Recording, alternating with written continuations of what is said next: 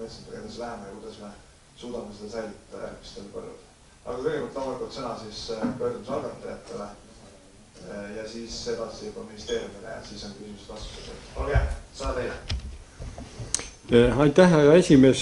Kõigepealt suur tänu Riigikogule ja Keskkonnakomisjonile, kes on selle pöördumise vastu võtnud ja selle pöördumise võtnud ka menetlusse.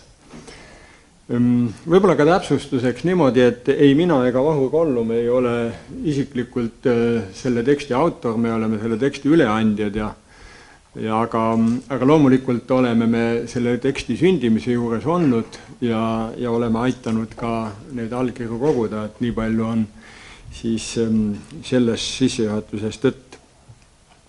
Ma tahaks lihtsalt rõhutada üle, et debatt metsanduse üle on käivitunud juba pikka aega, käib pikka aega, erinevate huvigruppide poolt on toodud välja väga palju erinevaid argumente, fakte, teese.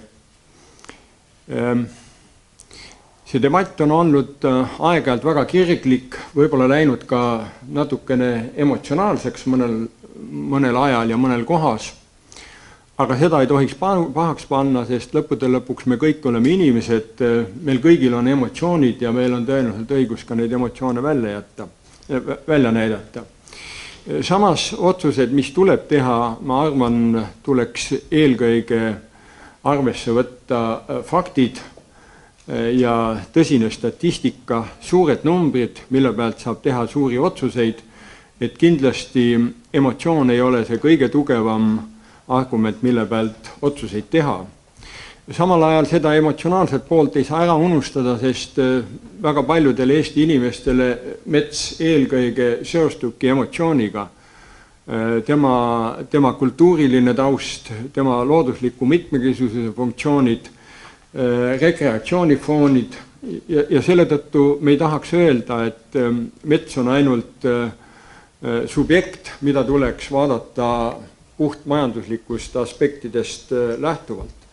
Et me teame, et metsal on lisaks veel CO sidumise funktsioonid, kliimapoliitikas oma roll ja nii edasi.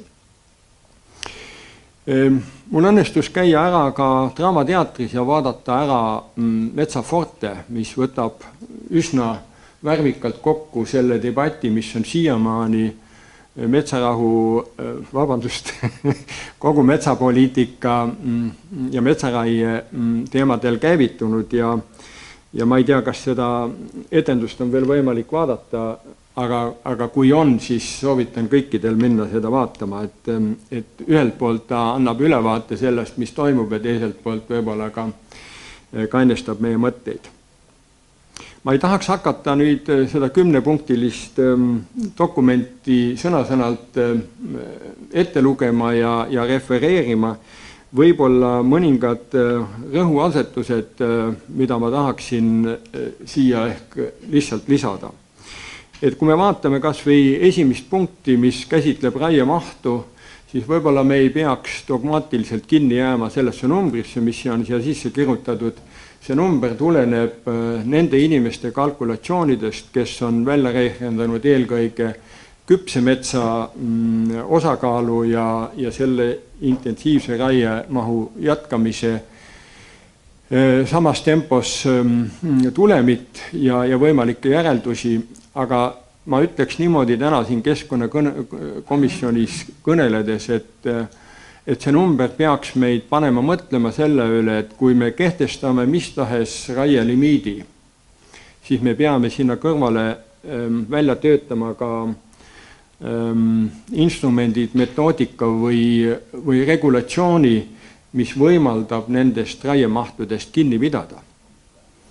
Et meil ei ole mõtet kehtestada raiemahtu, olgu ta siis 6, 7, 8, 10 või 15 miljonit tihumeetrit, kui me tegelikult raieme sellest kõvasti rohkem. Nii et see eeldab ikkagi seda, et kogu see ühiskondlik kokkulepe, mis loodetavasti leitakse üles siis nii-öelda selles metsanduse arengukavas, et see tõenäoliselt peab sisaldama ka peatükki sellest, kuidas sellest, milliste meetoditega ja regulatsioonidega sellest raiumajast kinni hoitakse. Olgu selleks siis kvoodisüsteem või mingisugune muu mehhanism. Metsarahu manifesti allkirjastajad on olnud ka mures lageraiete seadustamise pärast looduskaitsealadel. Ja see on omaette kuum debati koht, on teadlasi, kes väidavad, et see on kurjast ja on teadlasi, kes nüüd on tulnud väitega välja, et see hoopis rikastab looduslikku mitmekesisust. Et igal juhul on see teema, mis vajab veel põhjalikumat läbiarutamist. Teatud teemad võib-olla on tänaseks päevaks selle kõige suurema aktuaalsuse kaotanud, eelkõige mis puudutab tselluloositehast. Hetkel on siin teatud fooni mahavõtmine, mis muidugi ei tähenda seda, et see teema on lõplikult Eestis laua pealt kadunud. Ehk teisisõnu, me tahame öelda seda, et üks suurtoostus ei peaks dikteerima ette ei metsamahtusid, raiutava metsamahtusid ega seda, mil viisil ta peab tehtud saama.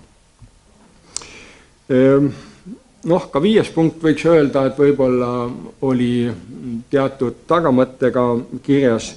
Printsiibina jääb ta jätkuvalt üles, et mis tahes inimene, kes istub selle kantsleri tooli peal või ka ministri tooli peal, ei peaks esindama ei puidutööstusite huve ega ka mingisuguste teiste kitsamate huvirühmade huve, et ta peab jääma ikkagi neutraalselt kogu ühiskonda huve arvestavaks esindusisikuks. Mis puudutab statistikat, siis see on ju lõppude lõpuks üks suuremaid selle debati selliseid põhjuseid, miks debatt on käivitunud. Sest statistika on kas ebapiisav või paljude arvates mitte usaldusväärne, et selles mõttes statistikaga tuleb kindlasti tegeleda, et me lõppude lõpuks saaksime tõesti kätte usaldusväärsed andmed selle kohta, puiduliikide kohta, raiavanuste kohta ja mis lõpuks lubab meil tulla õigetele järeldustele selles osas, millist puuliiki, ja milliseid raiemahtusid võiks siis selles lubada, nii et säiliks selline raiemahtude võimalus stabiilselt läbi aastate, läbi aastakümnete.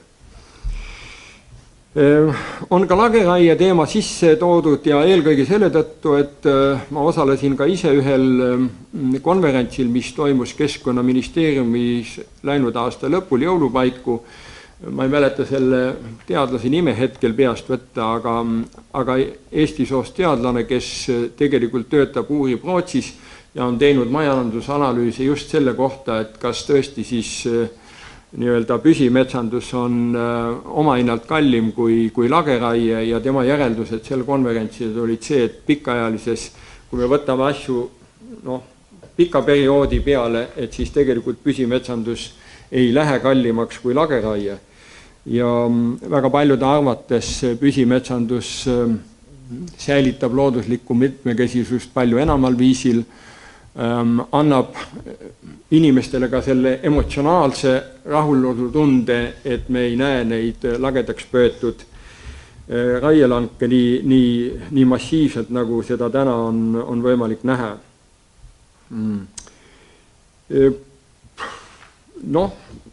Et me puidust tahaksime saada võimalikult suure osa lisandväärtusena, see peaks olema ka vist kõigile iseennast mõistetav ja ei vaja eraldi ülerääkimist täna. Võib-olla lõpetuseks ütleksin nii, ma arvan, et mu aeg vist hakkab otsa saama, et selles dokumendis ei ole ju, või selles pöördumises ei ole ju kirjeldatud kõiki probleeme, kaasa arvatud ka metsa taastamise, metsa istutamise probleeme. Et me teame, et ka selles on Eestis vajakajäämisi ja see on oluline teema, mis kindlasti vajab ka selles metsanduse arengukavas käsitlemist, et kui võtame kas või näiteks Rootsis põhimõtte, et kui sa ühe puu lõikad, pead vähemalt 2 puud istutama asemele, see on minu mäletamist mööda Rootsi metsanduspoliitika üks suuremaid nurgakivisid, et siis taolistest asjadest ilmselt tuleks ka kindlasti rääkida. Võib-olla lõpetaks ka veel ühe tundliku teemaga, mis on siis kevadine raierahu, et tõepoolest ka seda ei ole selles dokumendis otseselt puudutatud, aga see on teema jätkuvalt laual ja tõenäoliselt ega need linnud ei tea, kes lõunamaalt meile siia pesitsema tulevad, et kas ta teeb oma pesa riigimetsa või erametsa, et suure tõenäosusega on võimalik ka siin mingisugune lahendus ja kompromiss leida, sest ma saan küll aru sellest, et iga tehnika peab kapitali tagasi tootmiseks pidevalt töös olema, aga kui me toome paralleeli kas või põllumajandusvaldkondaga, mida ma kõige rohkem tunnen, siis võib-olla paljud ei tea, aga kombainid töötavad reeglina aastas 2, maksimaalselt 2,5 kuud, ka külvikud ja muud mulla harimisriistad, adrad ja nii edasi, see kapital seisab 10 kuud aastas ja 2 kuud teeb tööd, et siis võiks metsas olla vähemalt see vahekord teistpidi, et tehnika teeb 10 kuud tööd ja 2 kuud puhkab. Et ma olen lõpetanud ja aitäh kuulamast!